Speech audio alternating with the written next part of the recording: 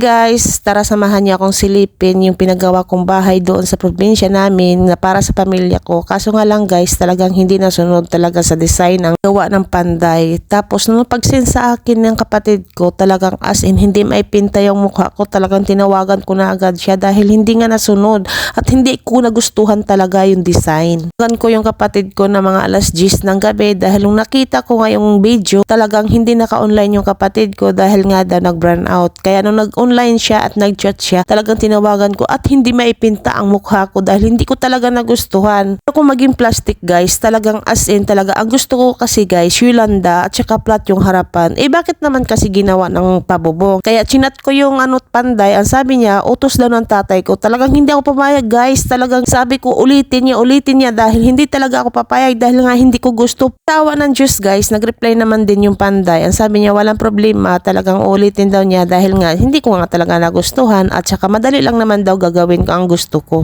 Dumating yung panday guys, talagang nagsabi ako sa kapatid ko na tumawag siya sa akin dahil ako makipag-usap doon sa panday at sinabihan ko talaga yung panday na pasensya ka na dahil hindi ko nagustuhan yung gawa mo. Sa awa ng Diyos guys, hindi naman siya napikon sa sinabi ko na hindi ko talaga nagustuhan, pasensya ka na dahil hindi ko nagustuhan yung gawa mo, pero ang sabi naman niya, sabi daw ng tatay ko sa kanya na ganun daw ang gagawin at saka talagang ganun daw pabubong dahil daw pangit daw tingnan. Alam naman natin guys na ang matatanda talaga may pamahiin, pero para sa akin guys hindi naman talaga ganun dahil nga syempre nakasunod ako sa model sa panahon ngayon at saka nagusto ko talaga ang design niya. Noon ko pa talaga as in gustong design na Yolanda. Yun na nga guys, inulit niya pero talagang as in nagtampo yung tatay ko sa akin at nagtampo na rin sa kapatid ko dahil nga akala ng tatay ko talaga yung kapatid ko ang nag-utos sa kanya pero hindi niya alam na ako talaga nag-chat mismo doon sa panday. Ayun na nga guys, naawa ako sa kapatid ko kasi ang akala ng tatay ko talaga siya ang nagpabago doon pero hindi alam ng tatay ko na ako at saka naawa talaga ako as in dahil nga syempre wala namang kasalanan yung kapatid ko kundi talaga ako mismo ang nag-chat doon. Guys, gusto kong makausap yung tatay ko dahil nga aaminin ko na ako talaga nag-chat doon, ako nagpabago kasi nga ako ang may gusto. Gusto ko lang naman guys yung maganda-gandang design, maayos na talagang as in bago sa paningin at saka hindi ko naman ginawa yan guys na para sa sarili ko kundi talaga para din sa kanila. Hindi rin naman masasabi guys na nangarap ako talaga as in na napakataas, talagang nangarap lang ako para sa pamilya ko kahit pa konti-konti lang talagang as in matatapos din naman yan balang araw. Ang pagtatampo ng tatay ko siguro darating din naman ang araw na mawawala din yan pag matapos na yan dahil nga gusto ko talagang as in maganda at maayos din ang kinalabasan. Ako nangarap guys na para sa sarili ko kundi nangarap ako na para sa pamilya ko dahil nga dumating man ang araw na wala na akong trabaho na hindi ko na kaya talagang makapag-abroad o hindi ko na kaya talagang lumabas ng bansa, meron na ako makikita na katas ng Saudi. O diba? Hindi talaga lahat na pinapalad na makapaggawa ng ganyan dahil may iba rin naman ng amo o kaya hindi pinapakain guys. Kaya masasabi ko talaga guys, swerte-swerte lang dito sa ibang bansa at hindi pinapalad yung iba. Kaya yun lang guys, salamat ng marami, bye!